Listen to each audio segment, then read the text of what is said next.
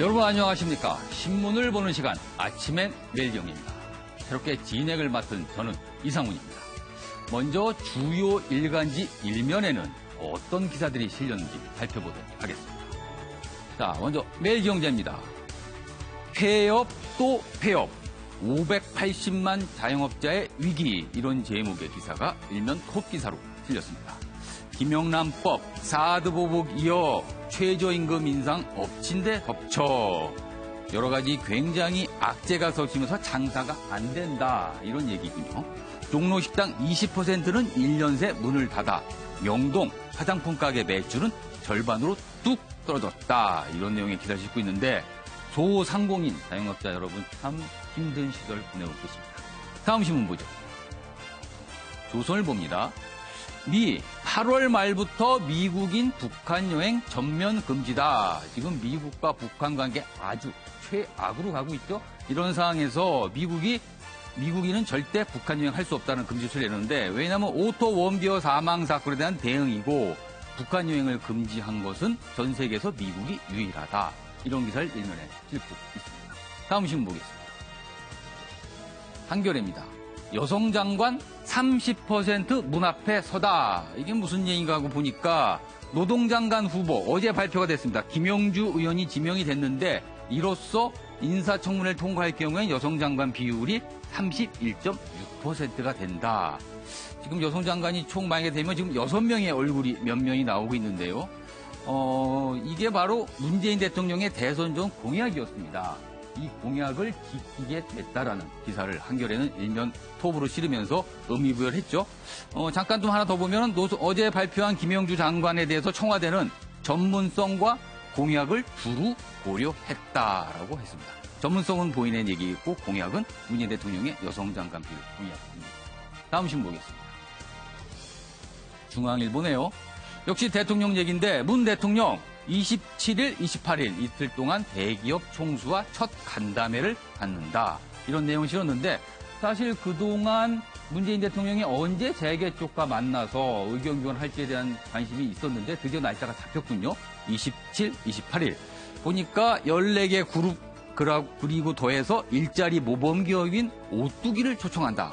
그냥 독특하군요. 오뚜기는 사실 대기업은 아닌데요. 2개 팀으로 나눠서 상생협력 등을 토론할 것이다. 대통령과 대기업 총수들이 토론하는 모습 조만간 보게 되겠습니다. 다음 신문입니다. 자, 한국일보인데요. 검찰 얘기가 나왔습니다. 검찰총장 힘 막강하면 법치 후진국이다. 누가 한 말일까요? 전직 총장들이 말하는 검찰총장의 자리의 의미인데, 역대 정권 검찰공화국 유혹에 빠져서 어느 정권이든 우병우는 존재했다. 굉장히 의미심심하네요. 박근혜 정부 때만 우병우라는 국정농단 주체가 있는 게 아니라 역대 정부마다 검찰에서는 항상 우병우가 있었다라는 얘기인데, 문재인 정부에서는 과연 이 난무와 같은 걸 어떻게 피해 나갈지 궁금합니다. 자, 이번엔 사진 몇 개 좀 보죠. 이 사진은 보니까 거대한 항공모함인데, 미 슈퍼 핵 항모 제럴드 포드 취역식이 있었거든요.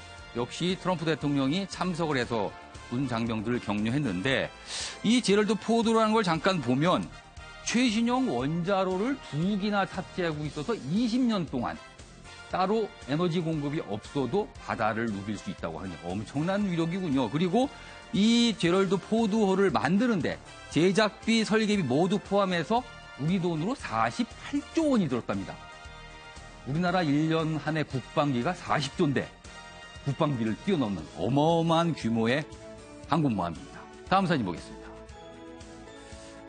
이 물이 2개 나오는데, 물이 무섭고 물이 즐겁고, 사실 어제 수도권에 집중호우가 내리면서 많은 분들이 피해를 보셨는데, 이쪽 사진을 보면 도로에 물이 가득 찼군요. 이게 호수인지 도로인지 알 수가 없는데, 반면에 비서객이죠. 이건 우리나라의 남부지방 얘기인데, 남부지방에는 비가 안 오고 아주 폭우병이 이어지면서 많은 분들이 피서에서 해수욕장에서 피서를 즐기고 있다고 합니다. 저건 어디 해수욕장인가요?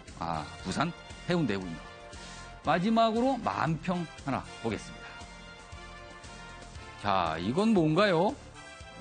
이쪽을 보면 물난리, 수해복구 현장인데 비행기가 떴습니다. 누군가 보니 막말 논란을 일으킨 충북도 의원이 귀국하면서 마치 남의 일인 듯 비행기에서 내려다보는 그런 남평이고요. 그 옆에 그림을 보면 취업난입니다. 일자리 추경이 통과되고 취업난에 대해서 관련된 추경이 통과됐는데 이분은 누군가요? 난 출장이니까 표결에 불참한 더불어민주당 26명의 국회의원들 비행기 타고 해외로 떠났다고 하는데 이 두 가지 내용을 뒷본 경향신문 만평이었습니다.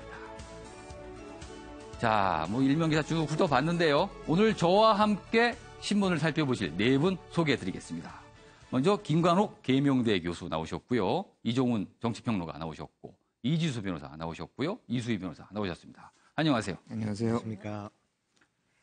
자, 이제 본격적으로 신문 읽기 좀 들어가 보겠습니다.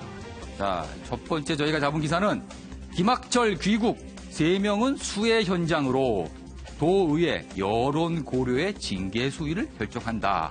어제 문제성 인물 김학철 의원이 드디어 귀국을 했거든요. 그런데 김학철 의원만 빼고 나머지 3명의 이 도의원들은 수해 현장으로 갔습니다. 김학철 의원은 안 간 거죠. 자, 또 한번 읽어보죠. 최악이 물난리 와중에 해외 연수 파문, 시민단체 도의원 즉각 사퇴하라. 이렇게 있습니다. 기사 하나 더 보겠습니다. 역시 김학철 의원 얘기가 나왔는데 레밍 발언 김학철 도의원은 수해 복구에 빠졌다.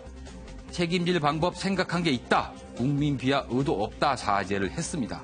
자, 김학철 의원은 왜 수해 복구에 빠졌을까? 여기 좀 설명이 있습니다. 김 의원은 전날 밤 인천공항으로 입국한 직후 수해 복구 참여 의지를 묻는 질문에 제가 수해 현장에 간다 한들 그분들이 반기겠나라고 반문을 했답니다. 물론 수해를 당하신 분들이 반갑지는 않겠죠. 그런데 과연 가지 않는 게 맞는 건지에 대한 의문이 있습니다. 자, 김관옥 교수님. 사실 주말 내내 인터넷 공간에서는 온통 소위 말해서 난리였습니다. 이 김학철 의원 중요. 설치류 발언도 시작해서 그다음 귀국 이후에도 왜 수해 현장을 안 가나 이러는데 정치인으로서 만약에 이런 순간에는 어떤 선택을 해야 된다고 보세요? 가야죠. 무조건 가야죠. 그런데 이제 이 분을 보면 세 부분에서 다 총체적인 문제점이 있습니다. 떠나기 전, 떠나서, 예. 그리고 돌아와서. 예. 그러니까 떠나기 전에는 이제 특별재난구역 요청을 했었거든요. 예, 이 도의회에서.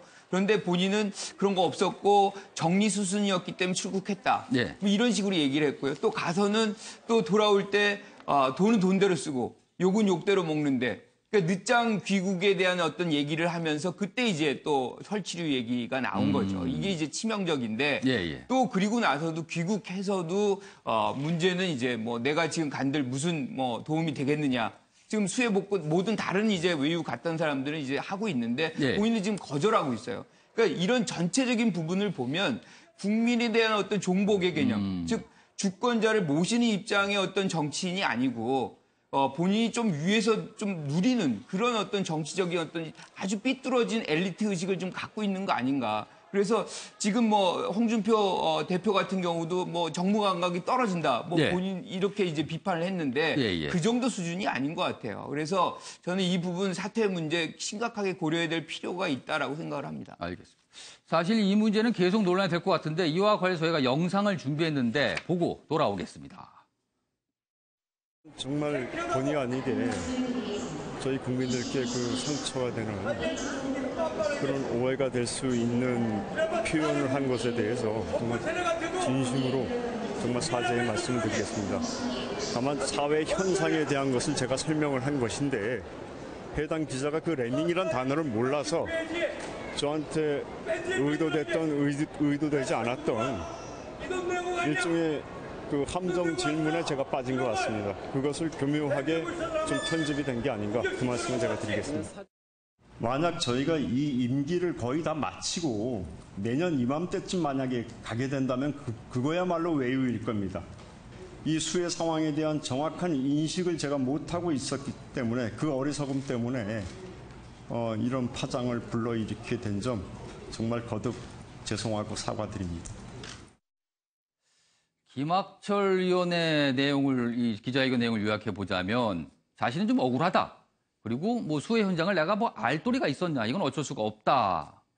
자, 이종훈 평론가. 김학철 의원의 저런 변명 어떻게 받아들여야 될까요?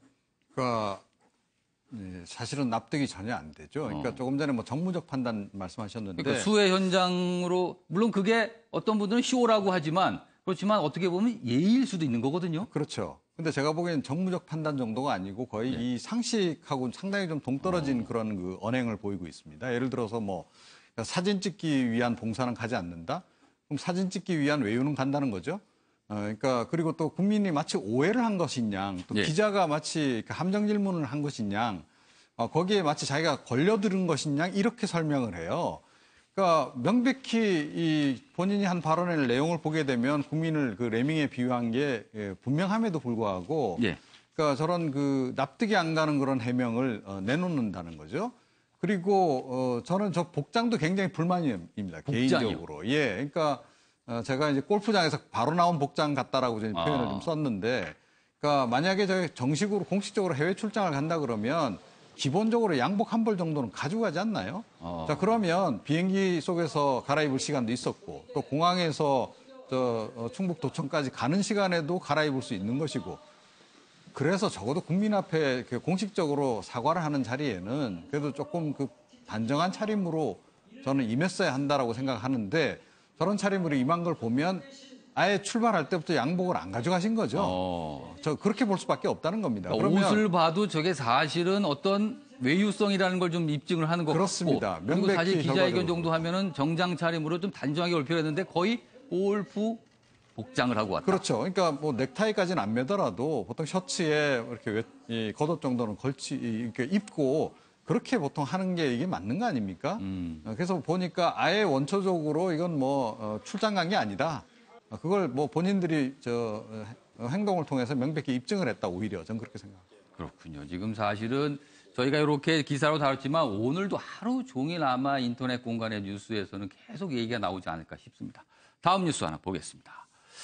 이 토요일 날 추경이 우여곡절 끝에 통과를 했습니다. 그 내용인데 한번 보겠습니다. 긴박했던 추경안 통과 순간들. 이 사진이 지금 4장이 나왔는데 4장이 모든 걸 말해주고 있네요. 처음에는 정족수가 부족했습니다. 더불어민주당 의원들이 빠졌기 때문이죠. 그런데 계산을 해봐도 답이 안 나옵니까? 정족수가 150명은 넘어야 되는데 도저히 답이 안 나오니 재석 의원을 채워야 됩니다. 급기야 더불어민주당, 여당인 더불어민주당이 자유한국당을 찾아가서 SOS를 칩니다. 제발 자리에만 앉아주십시오. 찬성 여부는 묻지 않겠습니다. 이게 됐죠? 그리고 45일 만에 마지막으로 휴 하고 추경안이 우여곡절 통과됐다는 4장의 사진입니다. 옆에 기사 하나 더 보겠습니다. 정작 제19 26명은 추경 표결에 빠져 여당 망신이다. 한국당 없어도 정족수 채울 수 있다고 큰 소리 쳤다가 한국당 찾아가 읍소를 했다. 이 부제도 좀 보죠. 정족수 모자라 한때 표결이 지연됐고 한국당 복귀에 가까스로 통과됐다. 이러니까 야당은 가만히 있지 않겠죠? 거대 여당의 무능이 드러난 것이다. 해외 출장 등 26명 비난 빗발치는데 대통령을 지지하는 친문 지지자들 아예 돌아오지 마라. 이렇게 얘기를 했다고 하는군요. 이지수 변호사. 자, 어제도 뜨거웠던 내용입니다. 이 26명. 도대체 이 26명은 국회가 본회의가 열려서 추경 처리하는 그 시간 어디 있었습니까? 글쎄요, 지금 각 의원마다 어디에 있었느냐 내지는 그 이유들이 다 다릅니다. 일부는 지금 밝혀진 바에 의하면 해외에 갔던 것이 맞습니다. 특히 오래전에 잡혀있던 공적인 행사 때문에 해외에 가 있었던 것도 맞지만 거의 절반에 해당하는 13명 정도는 아직까지도 그 이유가 납득할 정도의 소명이 되고 있지 않은 상황인 것만큼은 분명합니다. 그다음에 또 더불어민주당 입장에서 봤을 때는 조금 억울하다라고 주장하시는 분들도 있습니다. 이것이 자유한국당이 참석을 한다고 했다가 오지 않음으로써 의결 정족수가 채워지지 않았기 때문에 그런 혼선 중에 이제 어떻게 보면은 지도부가 독려하는 것 자체가 좀 실패했기 때문에 이제 소위 말하는 이제 표가 모자라는 그런 상황이 벌어졌기 때문에 조금은 억울하다 이렇게 주장을 하는 분들이 있는데요. 집권 여당으로서 이 부분에 대해서는 정말로 빠른 시일 내에 국민 앞에 사과해야 되는 모습을 보여야 된다고 저는 생각을 합니다. 사실 추경안 그동안 우리가 많이 이야기를 했지만 오래 걸렸습니다. 거의 45일 넘게 걸려가지고 어렵게 통과하는데 집권 여당 의원들이 자리를 지키지 않음으로써 그것이 만약에 통과하지 않았다면은 지금은 다행히 그래도 천만다행히 통과가 됐습니다. 예, 예. 뭐 남의 당의 의석을 빌려 와서든 뭐 읍소를 하서든 어떻게든지 해가지고 통과가 됐기 때문에 지금 이 정도로 지금 비난이 물론 비난이 있습니다만 이 정도로 그래도 잠잠한 정도지 만약에 하나 정말 의석이 모자라서 통과가 못했다. 정말 더불어민주당 집권 여당 지금 지지율 상당히 고공행진을 하고 있는데 상당한 타격을 입을 뻔했습니다. 그렇기 때문에 지금 긴장감 풀지 말고 앞으로 이제 새 정부 출범한 지 얼마 되지 않았습니다. 예, 예. 여기서 괜히 지지율 높다는 거에 환상에 빠질 이유도 없는 것이고 앞으로 처리해야 할 일이 너무 많은 상황 가운데 긴장감 풀지 않고 이 부분에 대해서는 정말 잘못했다라는 국민 앞에 사과해야 한다고 생각합니다. 이 26명의 국회의원들이 자리를 비운 여당 국회의원 26명입니다. 자리를 비운 통에 그날 토요일 날 추경 통과가 아주 엉망진창이었거든요. 아주 가까스로 되는데 저희가 영상으로 준비했는데 어떤 모습이었는지 한번 보겠습니다.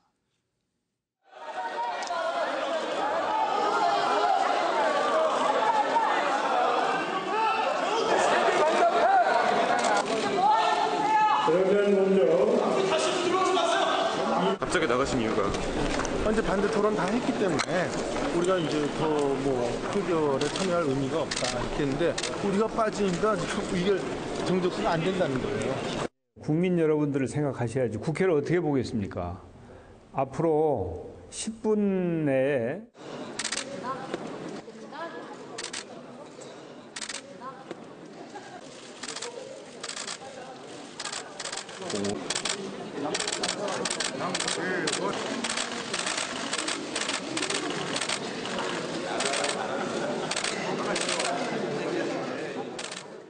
자, 지금 영상을 보셨는데 국회의장, 정세균 국회의장이 이건 다 여야가 참 다 문제가 있다 이런 말도 했고요. 그리고 마지막 장면에 보면 장제원 의원이 등장을 합니다.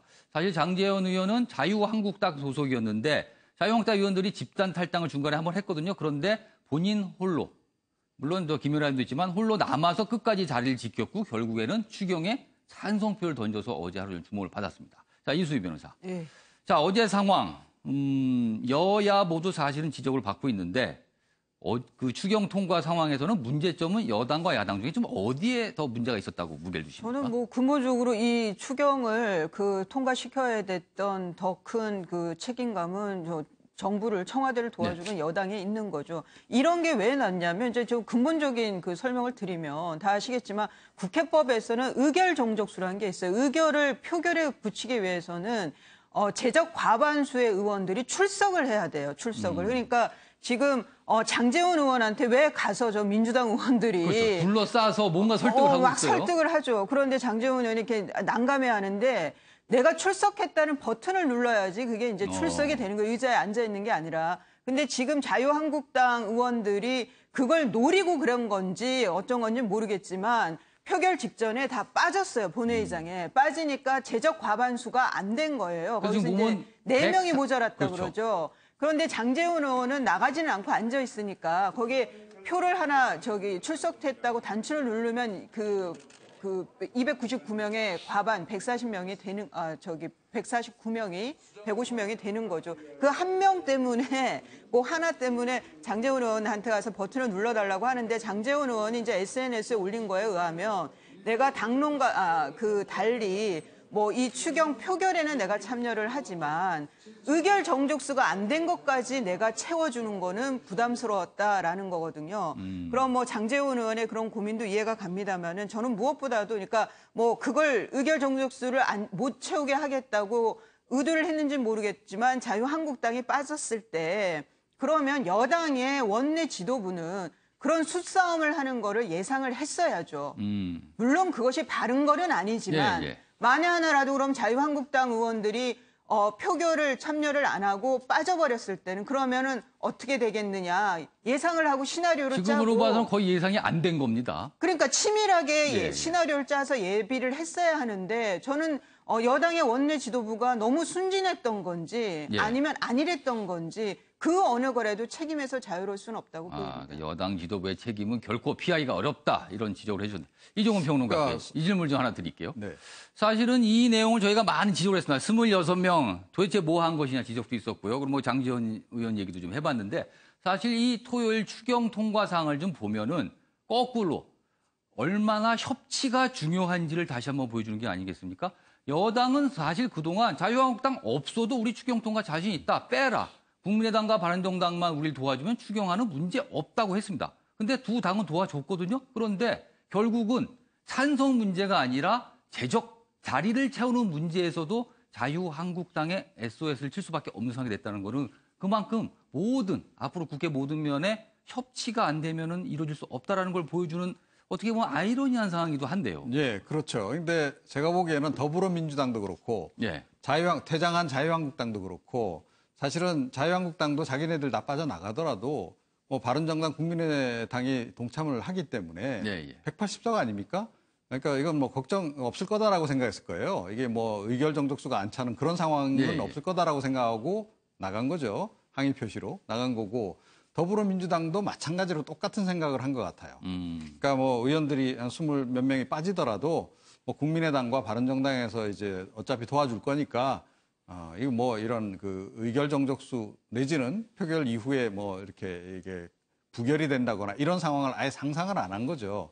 그 부분에서 좀 이제 안일했던 부분이 이제 있는 건데, 근데 결국은 이제 이것을 처리해야 되는 그런 입장에 있는 당은 더불어민주당이었기 때문에 또 대통령도 굉장히 또 이 1호 업무 지시 내용 아닙니까? 일자리라고 하는 것이.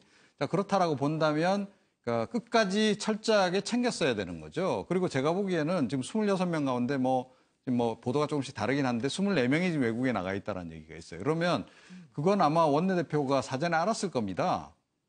그 정도 빠져나갈 거다라고 하는 것을. 그런데 알았을 텐데 왜 연락을 주지 못한 그렇다 그러면 그런 거죠. 그렇다 그러면 그러니까 만약의 경우에 그러니까 이른바 컨틴전시 플랜까지 만들었어야 되는 거죠. 그래서 그러니까 국민의당과 바른정당까지도 다 들어올 수 있도록 그러니까 절대로 부족하지 않게 이렇게 챙겼어야 되는데 그것까지는 그렇게 잘 챙긴 것 같지가 않아요.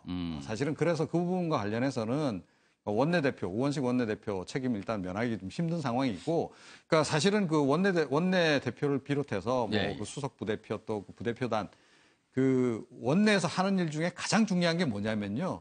머리수 세는 겁니다. 머리수. 예, 그리고 머리수 채우기예요. 그래서 보면 이제 이번에도 그 화면에 그렇죠. 나왔지만 어떤 분들은 뭐 정치는 숫자다 이렇게 말씀도 하세요. 그래서 그 표결 특히 이제 어찌됐건 표결이 가장 중요하잖아요. 그러니까 나중에 이제 정기국회 때 예산안 통과 때도 보십시오. 똑같은 상황입니다. 그러면 거의 수첩 들고 종이 들고선 그 한 명씩 다 챙기거든요. 이름 적어가면서. 자, 그런데 그거를 사실은 조금 그 치밀하게 못했던 것. 그것이 결정적인 그 요인이었다. 이렇게 좀 생각을 하고요. 지금 여당 원내 지도부의 문제점을 계속 지적해 주고 계시네요. 그런데 여당 원내 지도부가 그러고 이제 이 표결 끝나고 나서 또 자유한국당 탓을 막 하더라고요. 이번에 전반적으로 이제 그 처리 과정에서 별로 이제 협조적이지 않았다는 부분에 대해서 이제 막 불평을 토로하던데, 그런데 막말로 마지막에 자유한국당이 몇 명이라도 들어오지 않았다면 이거 어떻게 처리했겠습니까? 그렇죠. 32명이나 작성을 했다고 합니다. 그렇죠. 그러니까 그것도 제가 보기에는 참 그 약간 좀 낯뜨거운 그런 비난이었다. 그거와 관련돼서 기사 내용인데 이거 추가적으로 좀 보겠습니다.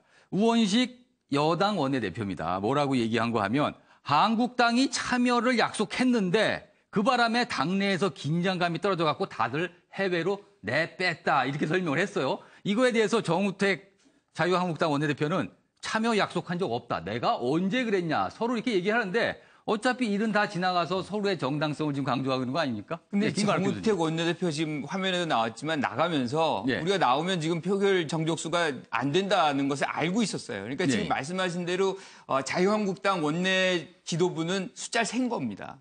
센 건데 사실 정세균 의장이 합의하에 이제 표결 처리한다. 그래서 우원식 원내대표 같은 경우는 여기서 이제 자유한국당이 이제 나가지 않는구나라는 것을 생각을 했을 수도 있어요. 그게 굉장히 안이하고 굉장히 부실한 대응이지만 어쨌든 그렇게 생각을 했는데 결국에는 들여다보니까 계산하고 자유한국당 빠져나가는, 그래서 뭐 실질적으로 어느 측면에서 보면 우원식 원내대표가 이런 상황을 자초했다라고 볼 수도 있습니다. 알겠습니다. 지금 이 기사에 대해서 참 할 말 많은데 뭐 여기서 좀 마무리하고 다음 주제로 넘어가겠습니다. 이번 순서는 신문 대 신문입니다.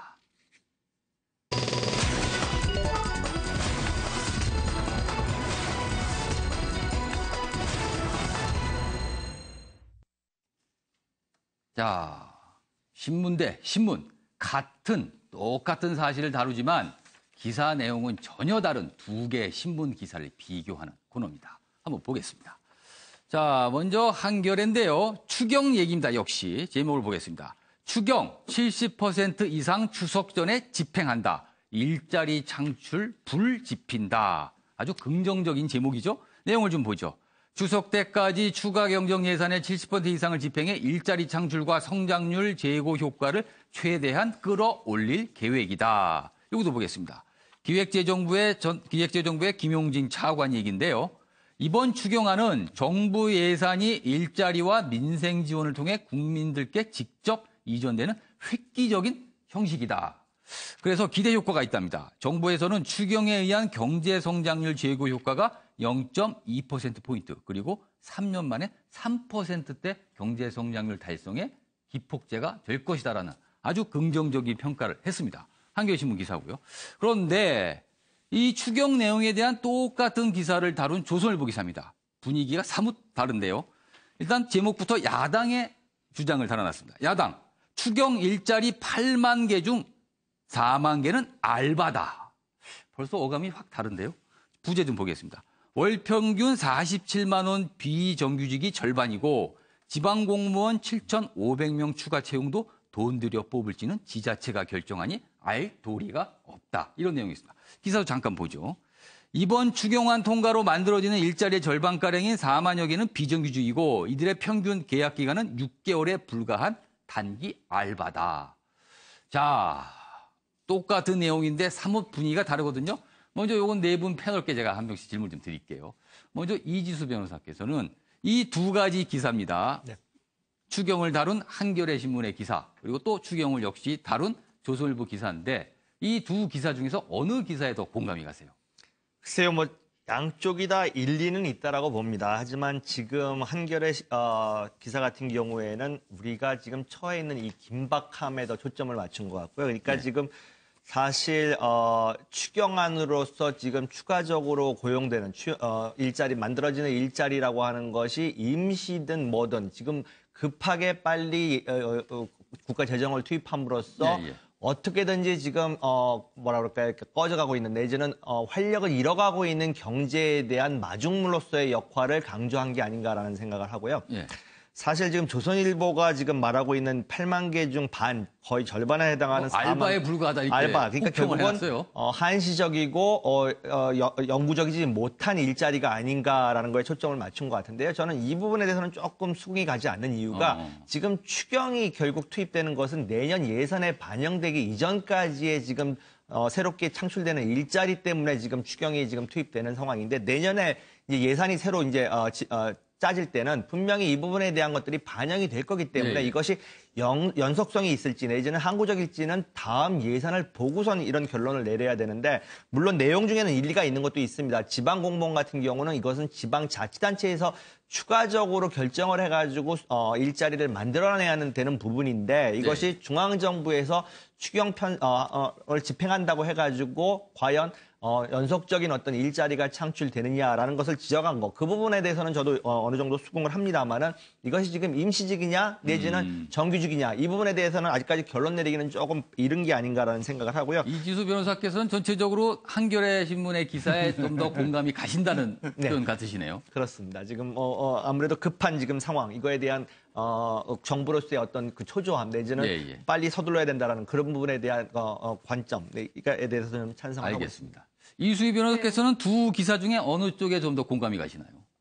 저는 한겨레에서의 한겨레 기사에 일자리 창출의 불지피다니까 네. 지금 민간 부분이 힘드니까 공공 예. 부분에서 먼저 일자리에 마중물이라는 표현을 쓰셨지만 거기에 일부분 공감을 합니다. 저는 이 양쪽 다 맞고 틀리고가 있는데 중요한 거는 이제 계산을 하는데 이 예산을 내놓고 하는데 제가 이 정부 들어서 굉장히 많이 쓰는 그 단어가 착시인데요. 착시를 일으킬 수 있다는 거죠. 계산이라는 건 언제나 숫자의 노름에 따라서 보이는 게 달라질 수가 있으니까요. 그러니까 예산이 좀 덜 든다라는 걸 보여주다 보면은 그것이 나중에 들여다보면 비정규적인 경우가 있는 거고 그런 거에서 이렇게 서로가 좀 이 제시하는 근거가 이렇게 왔다 갔다 할 수 있는 게 이 지금 예산이고 그렇죠. 그리고 일자리 효과인 것 같습니다. 그러다 보니까 이런 상반된 기사가 나오는데 저는 이 일자리는 특히나 공공부문 일자리는 향후 그 결산을 할 때나 뭐 언론도 마찬가지고 의회도 마찬가지지만 추적해서 효과를 봐야 된다고 봐요. 그 효과가 정말 있었는지, 그만한 예산을 들연 효과가 있는 건지, 이 공공부문 일자리 확대가 민간 부분까지도 정말 마중물 역할을 하고 있는 건지 그런 것들을 추적해서 보고 나서 평가를 해야 된다고 보이는데요. 이거는 양쪽의 이 상반된 시각은 합쳐질 수가 없는 것 같아요. 이거는 근본적으로 공공부문 일자리 확대에 대해서 부정적으로 보는 시각에서는 더 긍정적으로 보기가 어려운 거니까 그런 면에서는 저는 이거는 그 효과는 장기적으로 봐야 된다는 생각이 듭니다. 그러니까 두 가지 다 타당한 면이 있다. 이런 말씀이신 것 같은데요. 김관옥 교수께서는 두 기사 중에 어느 쪽에 더 공감이 가세요? 저는 뭐 이거를 어느 것이 더 공감하다기보다는 지금 이제 한겨레 신문 같은 경우는 추경의 어떤 경제적 효과 부분에 집중한 것이고 경제 성장률까지 전망치까지 제시를 했어요. 근데 반면에 이제 조선일보 같은 경우는 일자리의 성격을 규명하는데 질이 나쁘다는 쪽이 아주 초점을 맞췄습니다. 의도가 이제 분명히 들어가 있는 부분이라 그래서 내용을 보면 좀 다르다는. 그래서 저희가 같은 사실을 다루는데 이렇게 다를 수가 있냐 해서 소개를 하고 이런 얘기인데 있습니다. 저는 근본적으로 우리가 추경 그러면 추경의 목적은 대부분이 경제 활성화입니다. 그래서 추경을 해가지고 그리고 빨리 하려고 그러는 게 일정 부분 골든타임이라는 게 있거든요. 돈이 빨리 유입이 돼서 그걸 통해서 경제가 이제 선순환을 이제 맞게끔 하는 그런 부분이기 때문에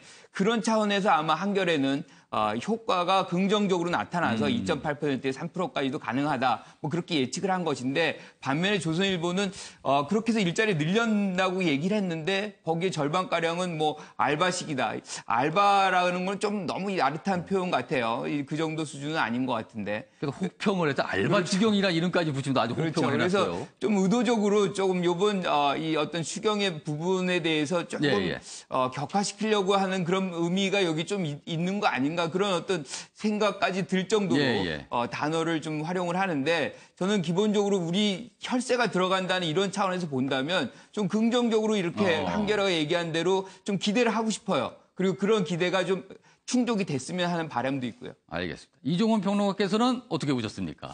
이 대목에서는 좀 냉정해져야 한다라고. 냉정한 평론을 좀 해주시죠. 그러니까 과거의 추경안하고, 그러니까 특히 박근혜 정부 마지막 추경하고 이번 추경하고를 비교를 해보면 금액이 일단 큰 차이가 없는데요.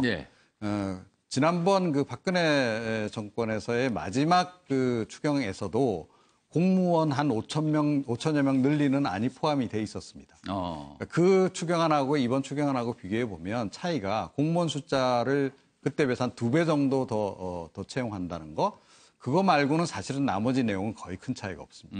그게 무슨 얘기냐면, 그러니까 일자리 관련해서 특히 지금 이제 그 알바라고 표현을 했는데 노인 일자리 창출이라든가 기타 이런 일자리 창출이라고 하는 것은 그러니까 과거에도 뭐 이른바 7호 사업이니 뭐 이런 거에서 있던 사업 그 연장선에서 사실은 있던 거예요. 그리고 박근혜 정부 마지막 추경안에서도 당연히 포함되어 있던 내용이고 이번에도 그게 그대로 반복적으로 들어가 있는 내용들이거든요. 그래서 사실은 저거를 우리가 뭐 정규직 일자리 이렇게 좀 보기는 굉장히 어렵다.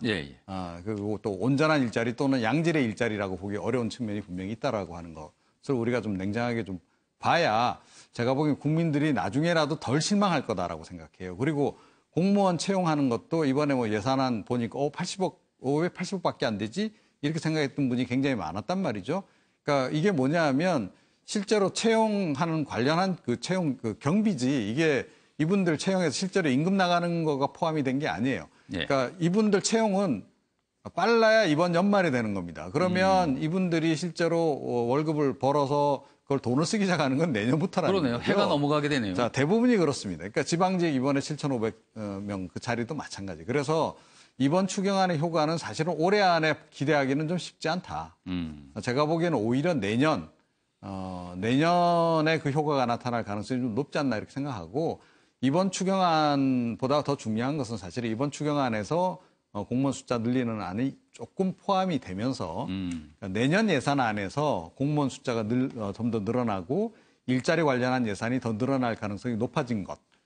그것이 이제 어떻게 보면 본격적인 영향을 이제 미치는 그런 변수다 이렇게 생각을 합니다. 지금 내가 네 분 패널께 이 두 개의 기사를 좀 어떻게 공감하시는지를 물어봤는데 전반적으로 보면은 한겨레 신문 기사에 대해서 약간 공감하시는 게 많은 것 같습니다. 무게가 약간 그쪽으로 기울었어요. 두 개의 기사를 한번 비교해 봤습니다. 자, 기사 추가로 좀 더 보죠. 기업들 두 그룹 분류 기준 촉가. 이게 무슨 소린가 했더니 아까 일면 기사에 봤던 문재인 대통령과 대기업 총수들의 회동에 관한 기사군요. LG, SK 오너 참석할 듯. 문제 보겠습니다. 문 대통령 27일, 28일 재개와 간담회를 한다. 근데 날짜가 27, 28이라서 재계 입장에서는 도대체 그럼 우리는 어느 때로 가야 되는 거다. 그리고 혹시 27일 날 만나는 팀과 28일 만나는 팀이 뭔가 우열반처럼 편성이야. 이런 걱정이 나온다 그래요. 기사 좀 읽어보죠. 첫째 날과 둘째 날의 초청 대상자를 구분한 기준이 무엇인지에 대해서 민감해하는 모습이다. B그룹 관계자는 우리끼리 추측컨대 청와대에서 일자리와 상생협력이라는 두 가지 키워드를 줬는데 조금 더 협조적인 기업을 뭔가 나눈 게 아닌가. 그래서 걱정이다 이렇게 얘기했어요. 이에 대해서 청와대는 오뚜기를 제외한 14개 기업은 큰 의미 없이 일정별로 나눈 것이 아니다. 그리고 아직 나누지도 않았다. 이렇게 얘기했습니다. 자, 이수수 변호사. 네. 사실은 문재인 정부는 여러 가지 개혁을 들고 나왔습니다. 근데 이 개혁의 대상에 분명 대기업도 들어가 있거든요. 그렇다 보니까 문재인 정부, 특히 청와대에서 나오는 한마디 한마디의 기업들이 촉각을 곤두세우고 있고요. 이렇게 대통령을 만나는데 누구는 27일, 누구는 28일 이렇게 나누다 보니까 이거 혹시 뭔가 벌써 등급을 정한 게 아니라 이런 걱정을 하고 있거든요. 이 현상에 대해서 어떻게 보세요? 글쎄요. 기업으로서는 어떻게 보면 당연한 걱정이다라는 생각이 듭니다. 예를 들어서 지금 정부가 출범하고 재계와의 만남을 갖는 시기도 지금 문재인 정부는 다른 정부에 비해서 상당히 늦게 만나는 겁니다. 네. 지금 거의 2달이 넘어가고 이제 석 달이 사실은 뭐 출범한 이후에 뭐 한 해 말 말은 있었으나 결국 늦어졌습니다. 예. 보통은 이제 대통령 취임과 하고 나서 얼마지 않아 재계 총수들과 만남을 갖고 어떤 협조를 구할 건 협조를 구하고 또 애로사항을 들을 건 애로사항을 듣고 이런 것들이 보통 한 달 내에 이루어졌던 게 과거의 관행인데 지금 거의 석 달이 돼가는 이 시점에 재계와의 만남을 갖는 것 자체가 재계로서는 상당히 신경을 쓸 수밖에 없는 상황인데 그것도 또 두 그룹으로 나눠서 한다고 하니까 초청받은 입장에서는 그거에 대해서 의미를 부여하고 이게 왜 그러지? 왜 둘로 나누지? 한쪽은 우등반이고 한쪽은 열등반인가? 이런 우려를 할 수밖에 없는 상황이긴 한데 굳이 어떤 의미에서 양일에 걸쳐서 했는지는 잘 모르겠습니다만 아마 추측컨대 대통령께서 이야기를 좀 많이 하고 싶으신 거죠. 예를 들어서 14개 그룹, 그다음에 이제 오뚜기까지 포함해서 15개인데 15개 그룹 하루에 몰아가지고 이야기를 한다고 그래봐야 그 내용적인 면에서 얼마나 대화가 오고 갈 수 있겠습니까? 사실은 대통령으로서 지금 대기업에게 요구하고 싶은 이야기들도 많을 것이고 또 대기업 입장에서도 또 대통령에게 새롭게 출범한 정부에게 하고 싶은 이야기가 많을 텐데 이것이 제한된 시간 내에 15개의 그룹을 모아가지고 이야기한다면 상당히 시간적인 제한이 있기 때문에 15개 그룹의 총수들이 두 앉아서 뭐 한 2시간 해봐야 말 그대로 밥만 먹고 끝난다 이거죠. 예, 그런 거보다는 이제는 형식보다는 실질을 더 강조하는 문재인 정부다 보니까 정말로 좀 몇 마디 하더라도 실질이 오갈 수 있는 정말로 애로사항을 해결해 줄 수 있는 내지는 뭐 요청사항을 제대로 전달할 수 있는 그런 포맷을 만들기 위해서 양일간 한 게 아닌가라는 추정을 해보고 있습니다. 관련 기사 하나 좀 더 보겠습니다. 14개 대기업 만나는데 오뚜기도 물은 청와대. 사실 오뚜기는 대기업은 아니거든요. 한 중견기업 정도. 물론 이 오뚜기라는 상표는 모든 국민이 알 정도로 유명하긴 하지만 기업 규모로 봤을 때는 대기업이라고 보기는 어렵거든요. 그런데 청와대가 불렀다. 중견기업으로는 유일하다. 왜 이유를 따져보니까 비정규직 비율이 0.7%의 착한 기업. 그리고 몇 년 전에 상속을 했다고 하는데 그 상속 때도 굉장히 많이 낸 기업으로 아주 유명했거든요. 그렇다 보니까 문재인 정부가 추진하고 있는 여러 가지 경제정책의 노선과 아주 딱 맞아떨어지는 기업이다. 그래서 오뚜기를 부른 것이다. 이런 추정이 나오고 있어요. 자, 중견기업 오뚜기 포함 관련 재계에서는 무언의 압박이 아니겠나. 당신들도 모두 오뚜기처럼 해야 된다. 이런 압박이라는데 이수희 변호사. 14개 대기업, 우리가 알고 있는 굴지의 대기업들인데 여기에 추가돼서 오뚜기가 들어간 이 청와대 요번에 움직임인데 어떻게 보십니까? 그게 이제 오뚜기 기업이 그 비정규직 지금 비율이 0.7%래요. 그러니까 거의 안 쓴다고 봐야 되는 저도 거죠? 깜짝 놀랐는데 대형마트의 그 시식 코너에 있는 그 분들도 네. 정규직으로 고용을 한다고 해요.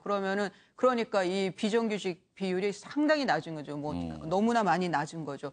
그러다 보니까 좀 그 모범 케이스로 이 오뚜기 기업에 그 오너를 부른 것 같은데 초청을 한 것 같은데 예. 그 오뚜기가 27일이래요.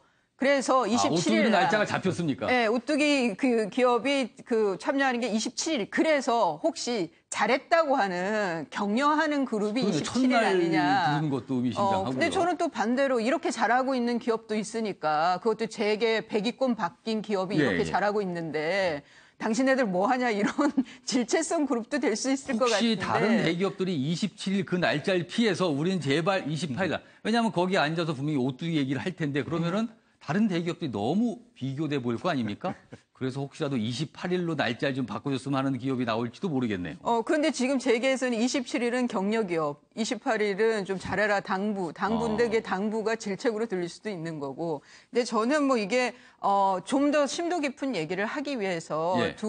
이틀로 나눠서 간담회를 개최를 한다고 하지만 물론 안가에서 뭐 이런 기업인들을 만난다는 거는 위험하죠. 그런 거는 뭐 좀 없어져야 할 것 중에 하나지만 그렇지만 이렇게 어차피 공식적인 자리, 간담회 자리에서 얼마나 심도 깊은 얘기와 속 깊은 얘기가 나오겠느냐. 그냥 저는 그런 면에서 좀 회의적입니다. 이런 것도 그 좀 친기업적인 이미지 그리고 뭐 기업에게 당부하는 모습을 보인다는 것이 좀 쇼잉에는 도움이 될지 모르지만 정말 이게 심도 깊은 얘기가 되겠냐는 거에는 좀 이 이수희 변호사가 약간 좀 부정적인 평가를 좀 내셨는데 김건학 교수님께는 제가 이 질문을 좀 드려볼게요. 사실은 뭐 기사에는 없습니다만 사실은 대통령이 재계를 만나는 거는 뭐 역대 정권에서 계속 있었습니다. 그러나 우리가 전 정부 이야기를 안 할 수 없는 게 전 정부의 재계 관계자와 대통령이 만나는 것에서 우리가 기억이 아주 안 좋거든요. 이런 식으로 대기업 총수들, 대기업 관계자들을 청와대를 불러서 밥을 먹이고 그러고 나서 여러 가지 좋은 얘기를 한 다음에 따로 만나거나 아니면 다른 사람을 통해서 그동안 이래저래 압력을 행사해 왔다라는 게 박근혜 정부의 모습이었거든요.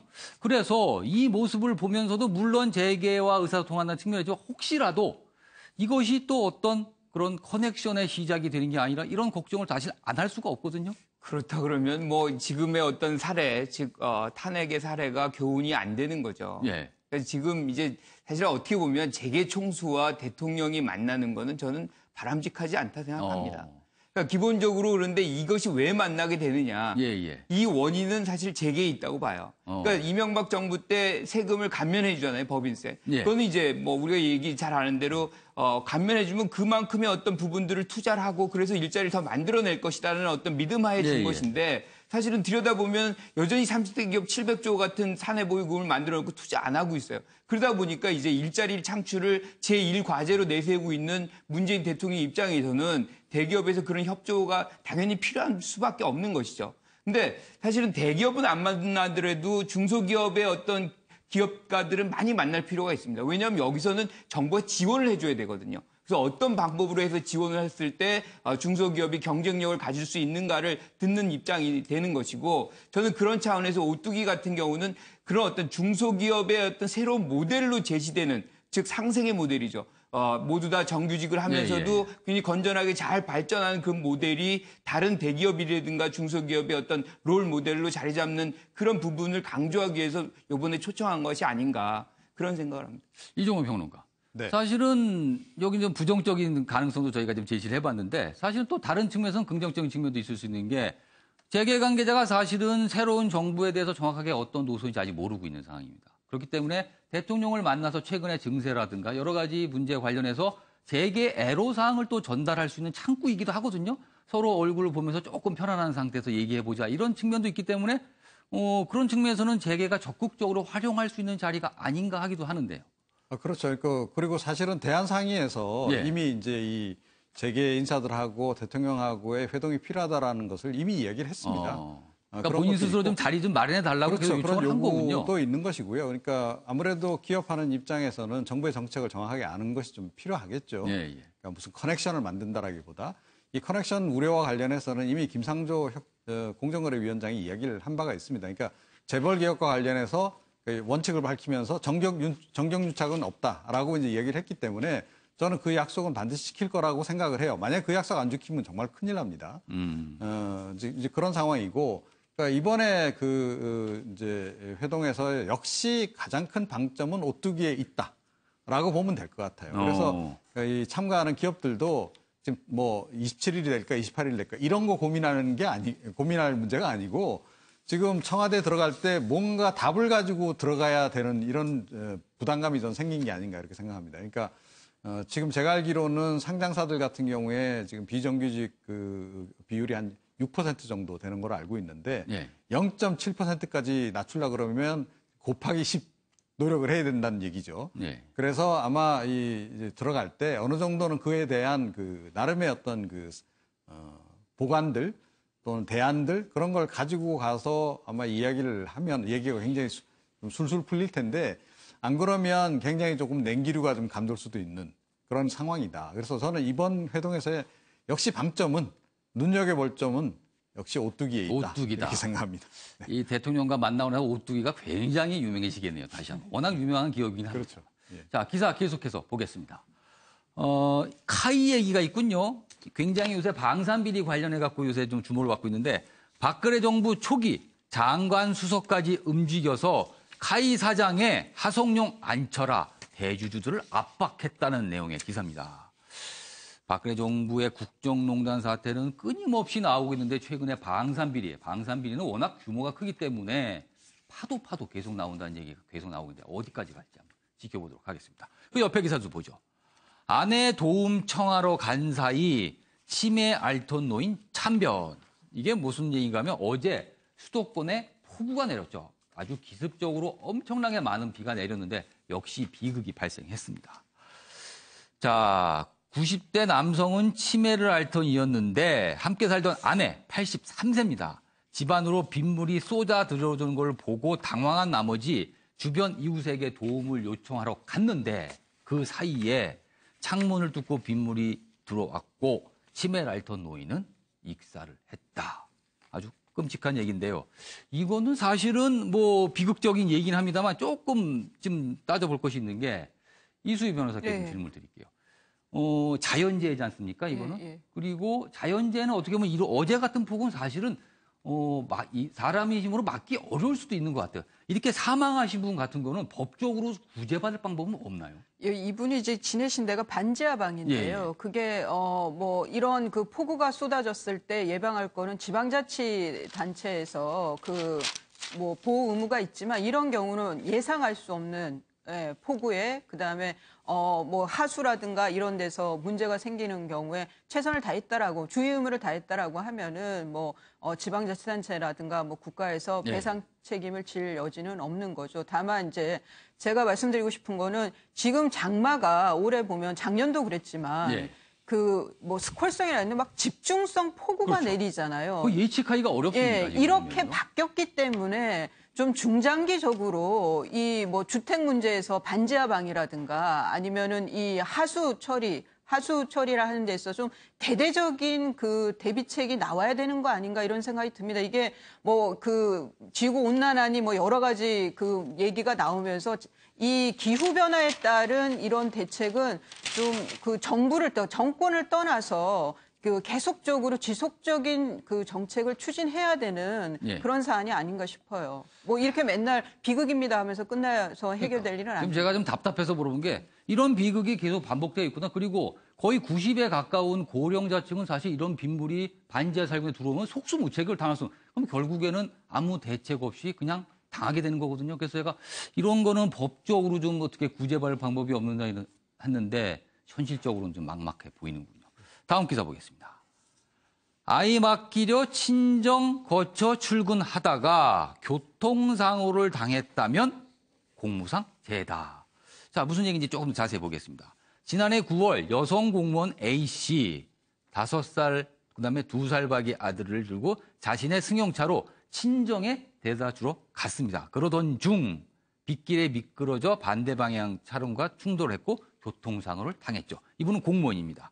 그런데 A씨는 공무원 공단에 공무상 요양을 신청했답니다. 그런데 공단에서는 이거는 출근길에 했던 거, 그러니까 일하는 상태가 아니었으니까 요양을 인정할 수 없다라고 했답니다. 그래서 재판을 했죠.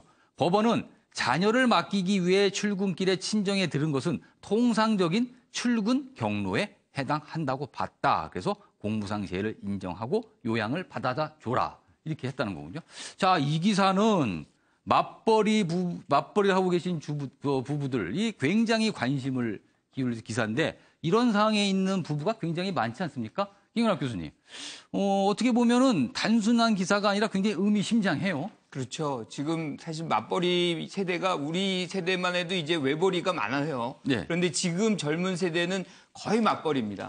그렇기 때문에 이중의 어떤 고통을 이 엄마들이 겪게 되는데 그러다 보니까 이제 뭐 시어머니라든가 아니면 친정어머니에게 이제 자녀를 맡기는 경우가 종종 있습니다. 그런데 지금 말씀하신 대로 애를 왜 맡기겠어요? 일을 하러 가기 위한 하나의 과정이기 때문에 그건 지극히 당연한 건데 여태 그런 어떤 부분에서도 보상을 못 받아왔던 것이 이번에 이제 제도화가 된 것이기 때문에 어떻게 보면 굉장히 긍정적인 어떤 변화 중에 하나다라는 생각이 드네요. 이 내용은 이수희 변호사께서 좀 법적으로 좀 설명 좀 해주시죠. 네, 이거는 이제 보통 출퇴근하다가 공무상 재해가 벌어졌을 때 이게 그러니까 재해가 벌어졌을 때 이게 공무상 재해냐 아니냐로 다툼이 있었는데 요즘에 판례는 법원의 태도는 좀 폭넓게 보려고 하는 경향이 있어요. 그래서 이 경우에는 친정에 그러니까 집에서 바로 자택에서 근무지까지 오면 1.5km인데 친정을 들렸다고 오면 한 10km 정도 된다는 거죠. 그런 상황에서 이게 출근길이 통상적인 출근길이냐 그래서 우리 법원이 폭넓게 받아들여 준 거예요. 그런데 좀 유의하실 거는 이게 사기업에서 벌어지는 산업재해하고는 좀 다르다는 거예요. 지금 공무원 신분이기 때문에 이게 이제 건데. 공무원에서 공무상 재해 인정인데요. 이런 것이 지금도 산업재해에서 출퇴근 중에 재해는 좀 넓게 보려고 좀 노력 중인데 아직 공무상 재해만큼 넓지는 않습니다. 근데 이게 만약에 사기업에 다니는 사람이 똑같은 일을 당할 경우에는 사실은 좀 보장을 받기가 좀 여기는 어렵다는 좀 거네요. 다른 관점이 있을 수 있어요. 그래서 산재의 경우에는 근데 이것이 지침이 될 수는 있어요. 지표가. 그러면서 출퇴근 중에 재해가 많거든요. 좀 폭넓게 이해되는 받아들여지는 것이 좀 저도 타당한 것 같습니다. 이수호 변호사께서 하실 말씀 있으신가요? 아니요, 그러니까 짧게만 말씀드린다면은 지금 이것이 세태를 반영하고 있는 법원의 태도라고 생각을 합니다. 예를 들어서 지금 아까 말씀하신 것처럼 아이가 있기 때문에 그 아이를 안전한 곳에 데려다 줘야 되는 어떤 그런 필수적인 사안들이 고려가 되는 거죠. 예를 들어서 직선거리로 회사로부터 집까지 출퇴근하는 것 거기까지만을 어떤 통상적인 출퇴근 거리로 인정을 하게 된다면은 그것이 공무상재해가 됐든 산업재해가 됐든 아이라고 하는 또 하나의 새로운 변수를 우리 사회가 이렇게 포용할 수 없는 이제 그런 법적인 한계가 있기 때문에 법원으로서도 그런 현실적인 문제를 자꾸 이제는 안아줌으로써 어떻게 보면은 우리가 지금 아이 내지는 이제 출생률 이런 것들에 대한 것들이 법원 판결에도 계속해서 반영되는 그런 추세를 보일 거라고 예상을 하고 있습니다. 세상이 바뀌고 있는 거군요. 기사 계속 보겠습니다. 자, 이쪽 저쪽 다 불만. 만만찮은 슈퍼리치 증세. 증세 얘기군요. 내용을 좀 보죠. 문재인 대통령이 지난 22일 국가재정전략회의에서 슈퍼리치 증세를 공식화한 후 보수, 진보, 양 진영에서 모두 비판이 나오고 있다. 어떻게 된 내용인가요? 보수 진영 얘기를 보죠. 지난 대선 당시 유일하게 증세에 부정적이었던 한국당은 세금 폭탄이다. 많이 듣던 얘기입니다. 세금 폭탄 얘기. 이렇게 비판을 하고 있고 반면에 이제 진보단체, 복지 관련 진보 성향 시민단체들은 증세 대상이 지나치게 좁다라는 점을 문제 삼고 있다고 합니다. 그렇죠. 이게 슈퍼리치, 굉장히 부자. 대기업으로는 순이익이 한 2천억 이상 매년. 그리고 개인으로는 5억 이상 1년에 버는 사람들 댕세로 증세를 한다는 건데 진보단체는 진보단체대로 불만. 보수 쪽에서는 보수 쪽대로 불만. 양쪽 다 이쪽 저쪽 다 불만이다. 이런 얘기 나오는데. 김문학 교수님. 증세 문제 지금 굉장히 향후에 핫하게 붙을 주제입니다. 그리고 국회에서 치열하게 세법 관련된 것들이 치열하게 논쟁이 붙을 텐데 향후 어떻게 전개되시라고 보십니까? 이게 쉽지는 않죠. 쉽지는 않지만 지금 국정기획위원회에서 100대 과제를 발표했잖아요. 근데 여기에 소요 경비가 178조가 됩니다. 그렇죠. 거의 180조입니다. 예, 지금 현재 어떤 세수 상태로는 사실 공급하기가 어렵죠. 그래서 이거를 그냥 증세 없는 복지 뭐 이런 개념으로 계속 유지시킨다 그러면 예. 눈 가리고 아웅이 성격이 굉장히 강해요. 그래서 어떤 측면에서 증세 얘기가 나온 것은 지극히 당연한 것이고 예. 정치인들이 이 얘기를 할 때는 상당히 명구스러운 거예요. 어떻게 이제 세금 달라고 얘기하겠어요. 그리고 많은 정권들이 사실은 증세는 권력의 무덤입니다. 그래서 많은 정권들이 붕괴되는 하나의 요인이지만 어떻게 해도 지금의 여러 가지 복지 문제라든가 뭐 국방비도 2.9%까지 늘린다고 얘기하지 않았습니까? 그런 경비를 그러니까 쓸 때는 많은데 사실 돈 그렇죠. 나올 때는 마땅치 않아요. 그러니까 조달하기 위해서는 증세가 불가피한 것이죠. 그런데 예. 이제 진보 쪽에서는 왜 세원을 그렇게 좁게 잡느냐 예, 이런 것이고 반면에 이 정부 쪽에서는 세원을 크게 잡아서는 사실은 운영을 하기는 쉽지만 이거를 돌파하기가 굉장히 어렵거든요. 이것 자체 지금 수퍼리치만 해당을 한다고 해도 사실 굉장히 이 저항이 있을 텐데 그러니까 그런 어떤 양쪽에서 받는 압력이 있는 거죠. 그런데 이제 중요한 것은 사실은 증세가 지금 법인세 같은 경우는 증세는 아니에요. 이거 원상복구입니다. 예, 예. 그러니까 이명박 정부 때 25%였던 그렇죠. 걸 22%를 낮춘 것을 예, 예. 다시 이제 환원을 하는 것이기 때문에 5억 이상의 부분만 이제 증세에 해당이 되는 것이기 때문에 사실 재원을 이제 그 해당되는 분들이 아주 급격히 늘어나는 장면은 아니다. 그건 분명히 해야 될 필요가 있다고 생각합니다. 요 증세와 관련돼서 한번 좀 생각해 보면 제가 이종원 평론가께 질문 좀 드릴게요. 법인세 부분을 저 정상화라고 표현하고 뭐 야당에서는 이거 인상이지 무슨 정상화냐. 그리고 여당하고 청와대는 정상화다라고 그 표현을 꼭 씁니다. 그래서 뭐 어떻든 아무튼 올라가게 되는데 추진이 된다면. 그러나 기존의 기업들 입장에서는 준조세라는 게 남아 있거든요. 준조세 규모가 뭐 측정 방법에 따라 다 천차만별이지만 상당히 많은 상태. 그런데 이 준조세 문제에 대해서 해결이 안 한 상태에서 법인세를 오르는 것에 대해서 사실은 기업들은 불만을 많이 갖고 있거든요. 이 부분은 어떻게 좀 보세요? 그러니까 이제 김상조 위원장이 이제 정경유착이 없다라고 한 그 얘기가 바로 그 얘기입니다. 그러니까 준조세 이런 거 별로 우리 이제 거둘 생각 없다라고 이제 얘기를 하는 거고요. 준조세 안 하고 이제 순수하게 세금으로만 예. 걷겠다. 그런데 문재인 대통령이 대선 후보 시절에 공약한 것은 이 법인세는 인상 안 한다. 예. 다만 이제 각종 그 조세 감면 혜택들이 많습니다. 예, 예. 그래서 실제 실효세율이 그렇게 높지가 않거든요. 대기업 예. 같은 경우에. 그러니까 삼성 같은 경우에도 뭐 17, 18 그 정도밖에 안 된다는 거 아니에요?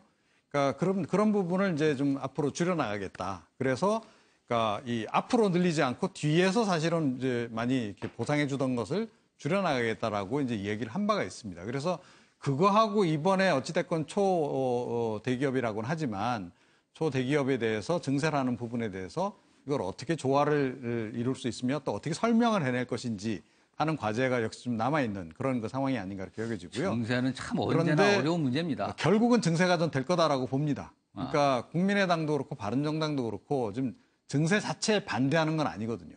다만 이제 시간적으로 이거는 좀 이제 시차를 좀 두고 순차적으로 좀 하자는 입장이지 갑자기 하지 않는 사안은 일단은 동의를 할 거다라고 저는 생각을 하고요. 예, 예. 그리고 과연 이게 초부자 증세만으로 끝날 것인가? 저는 오히려 경유세 인상 같은 것도 굉장히 가능성이 높지 않나 이렇게 생각합니다. 자, 이수 변호사가 발언 기회를 요청하셨어요. 짧게만 말씀드리겠습니다. 지금 소득세 부분하고 지금 법인세 부분만 지금 일단은 지금 이야기가 되고 있는데 소득세 부분은 이제 5억 이상에 대한 슈퍼리치에 대해서만 해서 하는 이제 핀셋 이제 증세다라는 이야기가 있고 법인세 부분에 대해서 잠깐만 말씀을 드리자면은 사실은 이명박 정부 초기에 25%였던 법인세를 22%로 낮추면서 했던 이야기가 낙수 효과였었습니다. 법인세를 낮춰줌으로써 기업의 어떤 생산 활동을 보장하고 활력을 줌으로써 그것이 서민 경제에도 긍정적인 효과를 미칠 수 있는 낙수 효과가 전제될 그러니까 낙수 효과를 기대하기 때문에 세금을 낮춰주겠다라고 했는데 사실은 지난 9년간의 모든 통계 자료가 낙수 효과는 없었다라는 결론에 거의 이르렀습니다. 그렇게 된다면은 그 낙수 효과가 없기 때문에 이제는 예전과 같은 25%로 환원하는 것이 정상적인 세계 어떤 법인세를 비교를 해봐도 22%를 법인세로 하는 나라는 거의 없습니다. 25% 내지는 그 이상을 법인세로 부과하고 있기 때문에 그것이 과거 정상적인 수준으로 돌아간다라고 하는 점을 현 정부는 강조하고 있다고 알겠습니다. 말씀드리겠습니다. 자, 이수희 변호사께서 질문 드립니다. 저는 이게 이제 네이밍 싸움이 붙었다고 봐요. 네이밍 이걸, 싸움. 예, 예. 그러니까 초부자 슈퍼리치들에게만 증세를 하는 거고, 예. 아주 그 매출을 얻고 있는 기업들만 증세를 하는 거다, 법인세가. 그러니까 대다수 사람들은, 국민들은 해당이 안 된다라는 식의 그런 걸로 이걸 뭐랄까, 패를 나누고, 세력을 나누고, 또 네이밍에서 그 슈퍼리치한테 증세한다 그러는데 뭐 반감이 덜해지는 거죠. 저는 그걸로 계속 나갈 것 같은데 이 한국당은 참 딱하게도 거기에 대해서 세금 폭탄 공화국이 될 거다 뭐 이렇게 얘기를 하는 거예요. 그러면 그게 한국당의 세금 폭탄이라는 코멘트가 논평이 먹히겠냔 말이죠. 슈퍼리치한테만 혹시 증세를 야당에서는 한다는데. 우리는 선별적 폭탄이다 뭐 또 이러는 거 아닌가요? 예, 그럼? 그러면은 지금 이런 그 증세 얘기가 심리적인 여파가 나올 수 있는 거는 그러면 지금 진보단체에서도 얘기가 나오지만 중상층한테도 그러면 나중에 증세의 여파가 가는 거 아니냐, 증세 논의가 나오는 거 아니냐라는 심리적인 불안이 올 수가 있는 거거든요. 예, 거기에 예. 부동산 관련해서도 그렇고. 예. 그렇다라고 하면은 이 증세 논의가 단순히 슈퍼리치 증세에 국한되는 것이 아니라 전반적으로 좀 그 중상층들의 심리적으로 위축을 가져오면서 정권에도 부담이 될 수 있는 정책인데요. 그런 면에서의 어떻게 여론을 설득하느냐, 신뢰를 주느냐가 저는 관건일 것 같습니다. 역시 증세 문제는 뜨겁습니다. 여기 나온 네 분도 각각의 의견을 다 밝혀주시고 있습니다. 기사도 보겠습니다. 북한 탈북자 재입국 공작 강화, 경찰 소재불명 900명을 추적한다. 지금 탈북하신 분들이 900명이 어디 있는지 모른다는 거군요. 기사 내용 좀 보죠. 북한은 2012년 김정은 집권 이후 대남 공작에서 탈북자들을 적극적으로 활용하고 있다. 김정일 집권 당시 탈북자의 존재가 체제 안정을 위협한다고 봤지만 지금은 그게 아니고 오히려 활용을 하고 있다. 최근에 북한으로 넘어간 임지연 씨 관련 내용인데 900명이나 어디에 있는지 알 수를 없다. 약간 걱정스럽기도 하고요. 무슨 일이 혹시 있는 거 아니고 걱정스럽기도 그렇습니다. 옆에 기사 하나 더 보겠습니다. 탈북행, 한국행 탈북가족 5명, 중국서 잡히자 음독 자살. 이건 또 비극적인 내용이네요. 50대 남성과 부인, 아들, 2딸 등 일가족이 중국 당국에 잡혀서 북송될 위기에 처하자 스스로 목숨을 끊었다는 얘기입니다. 자, 이종우 평론가. 사실 임지연 씨 관련돼서 탈북자들의 문제에 대해서 다시 한번 이슈가 됐어요. 그러면서 과연 이분들이 자발적으로 간 것이냐. 그리고 탈북자들이 국내 생활이 진짜 그렇게 어렵고 다시 북한으로 갈 거를 고려할 만큼 심각한 상황이냐. 뭐 이런 논란들이 이제 붙었습니다. 그거는요. 그러니까 최근에 이 탈북자들의 이제 그 성격이 과거하고 예. 좀 많이 달라졌다라는 얘기들을 합니다. 그러니까 전문가들 사이에서. 이게 뭐냐면 과거하고 달리 최근에 오는 그 탈북자들 같은 경우에는 경제 이민하고 좀 비슷하다. 그러니까 이제 좀 더 잘 살기 위해서 오는 경우가 의외로 있다. 물론 이제 정치적인 이유로 오시는 분들도 상당히 있지만. 탈북이란 말보다는 이주에 가깝다라고 할 수 그렇죠. 있겠네요. 그러니까 이민 가는 거라고 보면 정확해요. 그런데 보면 이제 우리 국민 중에도 이민 가신 분들 굉장히 많잖아요. 근데 역이민 오시는 분들이 꼭 있습니다. 그러니까 뭐냐면 그 현재 정착하기 힘들면 결국은 되돌아오지 않을 수 없는 그런 그 상황이 되는 경우가 이제 있거든요. 이게 대다수는 아니지만 꼭 반드시 발생하기 마련인데, 그러니까 탈북자들 중에도 이제 그런 분들이 있는 거죠. 그러니까 한국에 와서 여기 이제 정착 지원금 받아서 일단은 뭐 북한보다는 큰 돈이긴 하지만 한국 사회 전체적으로 보자면 사실은 그 정착 지원금이라고 하는 것이 중산층 이상으로 살 정도로 충분한 그 자금이라고 보기는 어렵거든요. 예. 게다가 이제 일자리를 제대로 못 구한다든지 하면 사실은 아주 급속히 공공해질 수 있는 그런 그 상황이고, 의외로 탈북자 가운데서 그래서 지금 공공하게 사시는 분들이 꽤 많단 말이죠. 그런 분들 입장에서는 그러니까 다시 되돌아가는, 그러니까 역이민 개념으로서 다시 이제 북한으로 되돌아가는 그런 생각을 할 수는 있다. 그리고 그중에 또 실제로 그런 분들이 또 발생도 하고 있고 이제 그런 그 상황인데, 그런데 사실은 그분들이 되돌아가서 과연 이제 북한 사회에서 제대로 정착을 또 해서 제대로 살 수 있느냐, 그것도 굉장히 의문이에요. 그래서 많은 분들이 그렇게까지 결행을 이제 못 하는 거죠. 아주 제한적으로만 이제 가는 경우가 있는 거고, 임지연 씨 같은 경우에는 뭐 지금 북한에서 아예 보낸 간첩이다라고 하는 이제 일부 증언도 그런 나오긴 얘기까지 했는데, 나왔어요. 그건 아직까지도 좀 더 확인을 해봐야 된다라고 생각해요. 그러니까 이 간첩으로 만약에 그 남한으로 보낸 인물 같으면 네. 굳이 저렇게 북한으로 데려가서 저렇게 한번 일회성으로 써먹고 치울 일은 아니다. 오히려 남한에서 계속 활동하게 하면서 뭔가 정보를 얻는 것이 훨씬 더 이득일 수 있는 드림공에 비하면 거거든요. 그렇게 써먹기 좀 아깝다고 할 수도 있겠네요. 예, 그런 측면에서 우리가 조금 더 정밀하게 좀 봐야 되는 부분이 있고 여전히 북한에서 지금 탈북하시는 분들은 예. 이번에 이제 그 집단으로 이제 그 자살하신 그 사례에서도 우리가 알 수 있듯이 청산가리를 가지고 나오신대요. 그래서 이제 이게 중간에 적발이 되면 북한으로 되돌아가면 뭐 수용소 들어가고 하니까 그렇게 해서 이렇게 뭐 저런 선택을 좀 한다고 합니다. 자, 기사 더 보겠습니다. 이번엔 국제 기사입니다. 러시아 스캔들 벼랑에 트럼프 미국 사상 첫 셀프 사면 하나. 이게 무슨 얘기인가 좀 보죠. 트럼프 대통령이 22일 트위터에 미국 대통령은 완벽한 사면 권한을 가지고 있다라고 글을 올렸다고 합니다. 조금 더 보죠. 지난 20일 워싱턴 포스트가 보도한 내용에 따르면 트럼프가 대통령 사면권으로 러시아 스캔들에 연루된 참고인과 가족, 자신까지도 사면할 수 있는지를 전문가에게 문의했다. 자, 트럼프 대통령이 보통 행동이 좀 특이하고 상상을 초월하는데 본인이 러시아 스캔들과 관련해서 처벌을 받을 경우 본인이 본인을 그리고 가족을 사면한다. 이거를 고려하고 있다는 내용인데요. 이주수 변호사, 이게 미국에서 가능합니까? 글쎄요, 지금 이런 사례가 없었기 때문에 과연 이것이 가능한지에 대한 어떤 명확한 판례나 뭐 이런 건 없습니다. 다만 미국 같은 경우에 대부분 법을 적용하기 위해서 적용되는 룰 중에 하나가 이제 소위 이해상충의 문제가 있습니다. 자기가 이해관계가 있는 상태에서 자기에게 혜택을 줄 수 있느냐 이런 이제 큰 법적 논의가 있는 건 사실인데 지금 트럼프 같은 경우에는 지금 일단 지금은 문제가 되고 있는 것은 본인은 아직까지는 큰 문제가 되고 있지는 않습니다만은 사위하고 아들은 분명하게 지금 문제가 되고 있습니다. 러시아와의 접촉도 있었고 그런 상태에서 지금 트위터를 통해서 어떤 공적인 채널도 아닌 개인적인 트위터를 통해서 자기는 컴플리트 파더닝 즉 사면권이 있다라는 논의 자체를 일으키는 것 좀 문제가 있다고 봅니다. 알겠습니다. 기사 마지막 하나 더 보죠. 국정농단 재판 휴정기에도 멈추지 않는다. 박근혜 대통령 전 재판들 심리 공판을 계속한다. 원래 법원이 이달 24일부터 휴정기, 휴가인데 이 재판만큼은 계속 진행하겠다라는 내용의 기사가 실렸습니다. 자, 오늘 준비한 내용은 여기까지고요. 내일 아침 8시에 다시 뵙겠습니다.